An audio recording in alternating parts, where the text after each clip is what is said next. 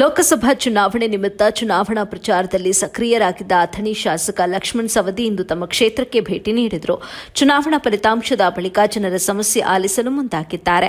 ಇಂದು ಅಥಣಿಯ ಪ್ರವಾಸಿ ಮಂದಿರದಲ್ಲಿ ತಮ್ಮ ಕ್ಷೇತ್ರದ ಜನರ ಕುಂದುಕೊರತೆ ಆಲಿಸಿದರು. ತಮ್ಮ ಸಮಸ್ಯೆಗಳನ್ನು ಹೊತ್ತು ಬಂದಂತಹ ಸಾರ್ವಜನಿಕರು ತಮ್ಮ ನೆಚ್ಚಿನ ಶಾಸಕರ ಬಳಿ ಅಳಲು ತೋಡಿಕೊಂಡರು. ಶಾಸಕರನ್ನ ಭೇಟಿಯಾಗಲು ಹಲವೆಡೆಯಿಂದ ಆಗಮಿಸಿದ ಜನರ ಅಹವಾಲುಗಳಿಗೆ ಲಕ್ಷ್ಮಣ್ ಸವದಿ ಕೂಡ ಸ್ಪಂದನೆ ನೀಡಿದರು. ಇದೇ ವೇಳೆ ಅಥಣಿ ಪಟ್ಟಣದ ಜೋಡಿಕೆರೆ ನಾಲೆಗಳ ಅಭಿವೃದ್ಧಿಯ ಕುರಿತು ಸಂಬಂಧಪಟ್ಟ ಅಧಿಕಾರಿಗಳೊಂದಿಗೆ ಚರ್ಚಿಸಿ ಆದಷ್ಟು ಬೇಗ ಕಾಮಗಾರಿಗಳ ಚಾಲ್ತಿಗೆ ತರುವಂತೆ ಅಧಿಕಾರಿಗಳಿಗೆ ಸೂಚನೆಯನ್ನ ಕೂಡ ಕೊಟ್ಟಿದ್ದಾರೆ. ಈ ಸಂದರ್ಭದಲ್ಲಿ ಚೀಫ್ ಆಫೀಸರ್ ಗುಡುಮನಿ ಸೇರಿದಂತೆ ಅನೇಕ ಅಧಿಕಾರಿಗಳು ಕೂಡ ಉಪಸ್ಥಿತರಿದ್ದರು. ವರದಿ ರಂಜಾನ್ ಮುಜಾವರ್, ಎಬಿ ನ್ಯೂಸ್ ಸಂಸ್ಥಾಪಕರು.